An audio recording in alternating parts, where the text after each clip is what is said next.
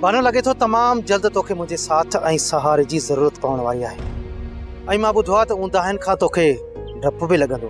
तुंहिंजी जुर्रत कीअं थी अदा साले जी गैर मौजूदगी में असांजे घर पैर पाइण जी? इहो तोवारो भाउ तमाम जल्द साहुरे वञण वारो आहे। ऐं पोइ तुंहिंजो केरु भर झलो थींदो?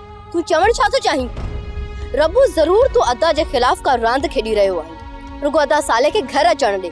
बानो जज़्बाती माण्हू पंहिंजो दुश्मन पाण हूंदो आहे ऐं ॿाहिरे दुश्मन खे उन जे खिलाफ चाल चलण जी का बि ज़रूरत न हूंदी आहे। छा कयो आहे अदा साले? तू साफ़ छो नथो ॿुधाई? तो आखिर ॻाल्हि छा आहे? थोरो प्यार ऐं नरमीअ सां पेश ईंदी न त तोखे सॼी सिधी ॻाल्हि ॿुधाईंदुमि। घणी हुज्जत जी ज़रूरत न आहे ऐं मूंखे कमज़ोर हीणी छोकिरी समझण जी ग़लती न कजां। तोते जूं भेणियूं बाघियूं हूंदियूं आहिनि।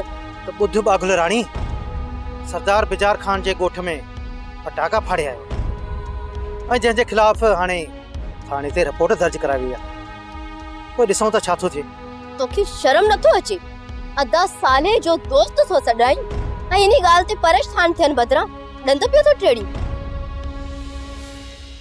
ॾिस साले, आउं तोखे मामले जी नज़ाकतुनि खां वाक़िफ़ करे रहियो आहियां, पर इन जो इहो मतिलबु हरगिज़ न आहे त मुश्किल वक़्त में असीं तो मां हथ कढी वेंदासीं।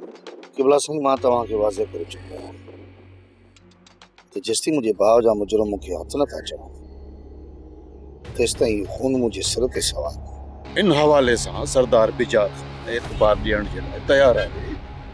छा मतिलब?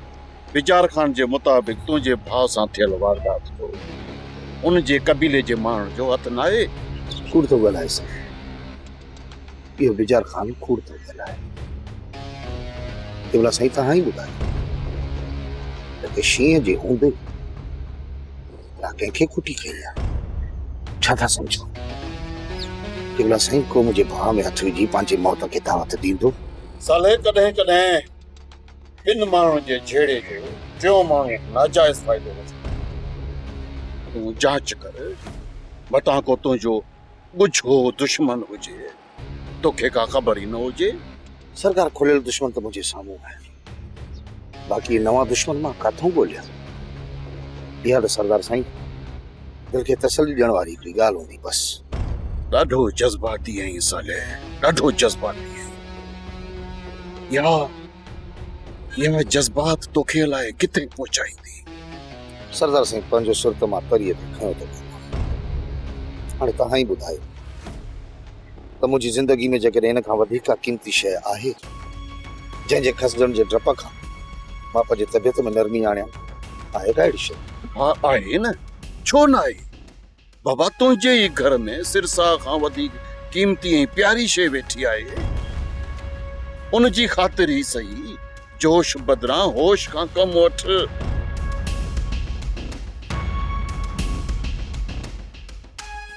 वेरुन जी वस्ती, वेरुन जी वस्ती। सब्सक्राइब कयो असांजो official YouTube channel Sindh TV HD drama ऐं वधीक अपडेट लाइ बेल आइकन खे क्लिक करियो।